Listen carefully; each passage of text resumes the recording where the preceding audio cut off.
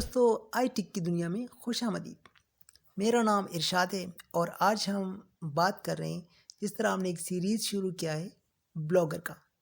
Blogger चूँकि एक free platform है गूगल का, और इसमें हम आर्टिकल लिखते हैं, इसमें हम ब्लॉग्स बनाते हैं और इसमें हम अपनी कोई भी कंटेंट हो फ्री ऑफ कॉस्ट लिख सकते हैं। तो जिस तरह पिछली वीडियो में आपको बताया था कि कैसे कंटेंट लिखा जाता है, यानी हमने अपना एक पोस्ट आपको मतलब लिखा के पब्लिश भी किया था, जिसमें हमने ये बताया था कि इसमें कीवर्ड कितने होने चाहिए, कहाँ पर H1 कहाँ पर H2 होना चाहिए और कैसे हम इसको ऑर्गेनाइज तरीके से लिख सकते हैं। लेकिन चूँकि मैंने आपको ये नहीं बताया कि कितने वर्ड्स का आर्टिकल होना चाहिए, तो इसका अभी गूगल की तरफ से कोई अपडेट तो आया नहीं है।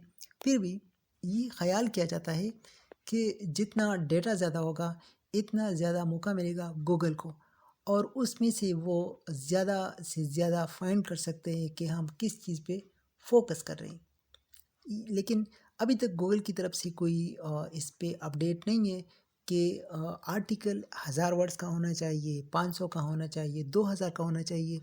लेकिन प्रैक्टिकली मैंने भी कुछ आर्टिकल लिखे हैं जिसकी अगर लेंथ 1000 से ज़्यादा हो तो उसके ज़्यादा चांसेस होते हैं कि वो जल्दी रैंक हो जाए। और उसमें चूँकि हम कीवर्ड का भी यूज़ करते हैं तो गूगल को एक ब्रॉड आइडिया मिल जाता है और वहाँ से वो पिकअप करता है कि कहाँ पे किस कीवर्ड को टारगेट कर सकते हैं। तो इसलिए अच्छी बात है अगर आपका आर्टिकल लेंथी हो, जितना भी लेंथी हो, 1000 से लेके 2000 3000 वर्ड्स तक। लेकिन कभी कभार अगर आपके पास कंटेंट कम हो और आप स्पेसिफिकली कोई बात करना चाह रहे, तो उसको जानबूझ के बढ़ा चढ़ा के बताने की ज़रूरत नहीं है। अगर 200-300 वर्ड्स का भी अगर आप कंटेंट लिखते हो तो वो भी सही है, टू स्पेसिफिक है, टू द पॉइंट है, और जो बात आप बताना चाह रहे हो वो आपने उसमें पूरी बताई है।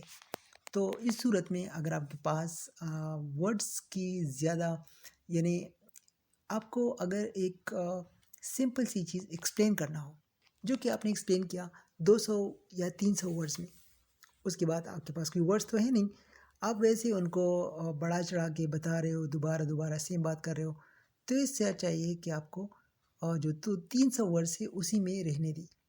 आपको दोबारा से इस पे इतनी मेहनत करने की ज़रूरत नहीं है, क्योंकि ये प्रैक्टिस गूगल को भी पसंद नहीं है। दूसरी बात ये है कि ये यूज़र फ्रेंडली भी नहीं है। अगर यूज़र आता है तो उनको भी मतलब पढ़ने में कोई ज़्यादा मज़ा नहीं आएगा। तो ठीक है, ये तो आपको बताना था कि कितने वर्ड्स का आर्टिकल होना चाहिए। तो आज के लिए आते हैं। आज हम बात करेंगे कि पिछले वीडियो में हमने आपको पोस्ट के बारे में बताया था, आज हम चेक करेंगे स्टेट्स के बारे में। ये वो स्टेट्स हैं जो हमारा डेटा है। अब गूगल के पास हमारा आर्टिकल आ चुका है, आर्टिकल क्राउल होके इंडेक्स होके अब गूगल पे मौजूद है। अब कोई यूज़र आता है तो यहाँ से हमें पूरी की पूरी मालूमात मिल जाती है और हमें परफॉर्मेंस का पता चल जाता है। यहाँ पर आप देख सकते हैं कि फॉलोअर्स है, पोस्ट कितने हैं, कमेंट्स कितने आए हैं, उसके बाद ऑल टाइम व्यूज़ कितने हैं, आज की व्यूज़ कितने हैं, कल की व्यूज़ कितने थे, इस महीने व्यूज़ कितने हैं और पिछले महीने व्यूज़ कितने हैं। यहाँ से आपको पूरा का पूरा आइडिया मिल जाता है कि ओवरऑल परफॉर्मेंस हमारी ब्लॉग की क्या है।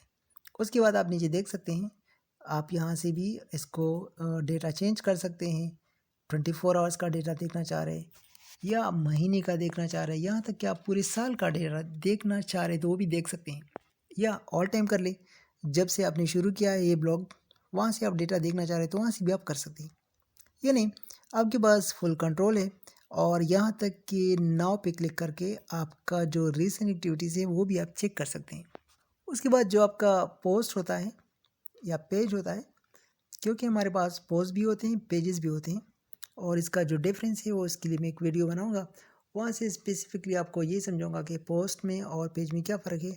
अभी सिर्फ इतना बताना चाहूँगा कि जो पेजेस होते हैं, जिस तरह हमारा एक सर्विस है या एक प्रोडक्ट्स है, हम वेबसाइट में यूज़ करेंगे, जो स्पेसिफिकली यानी कॉन्टेक्ट अस, अबाउट अस और प्राइवेसी या कोई भी हमारा एक सर्विस है जिसके बारे में बताना चाह रहे हैं। जो पोस्ट होते हैं वो हम ब्लॉग के लिए यूज़ करते हैं। ये स्टोरी टाइप जिस तरह हमने आर्टिकल लिखा था पिछली वीडियो में, वो जो आर्टिकल हम लिखते हैं वो हम पोस्ट में लिखते हैं। और बाकायदा तौर पर जितनी भी पोस्टेस होती हैं वो हम जब पब्लिश करते हैं, तो जब हम ब्लॉग बनाते हैं तो ये हमारे जो ब्लॉग पोर्शन है वहाँ पे चले जाते हैं। चूँकि ब्लॉग अगर इसमें तफसील से बात करूँ तो ये वर्डप्रेस में हम एक कैटेगरी बनाते हैं ब्लॉग का।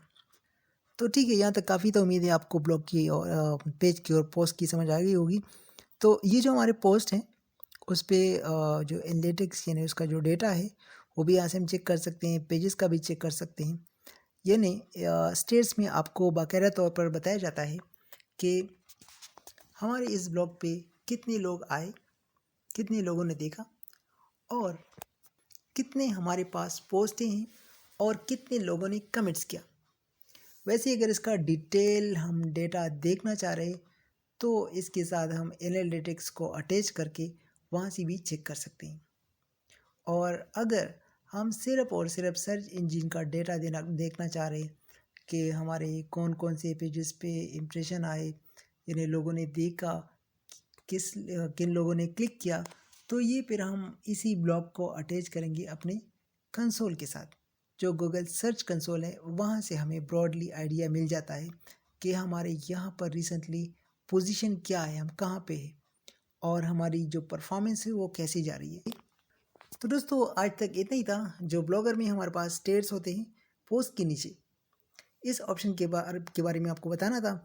और इसका मकसद ही यही है कि आपको दिखा सके कि हमारे जो स्टेट्स है देखने के जो यूज़र है वो कितने आए हैं, कितना इस पे मतलब यूज़र ने देखा है और कितने पोस्ट ही हम पब्लिश कर चुके हैं और कमेंट्स कितने आए हैं टोटल।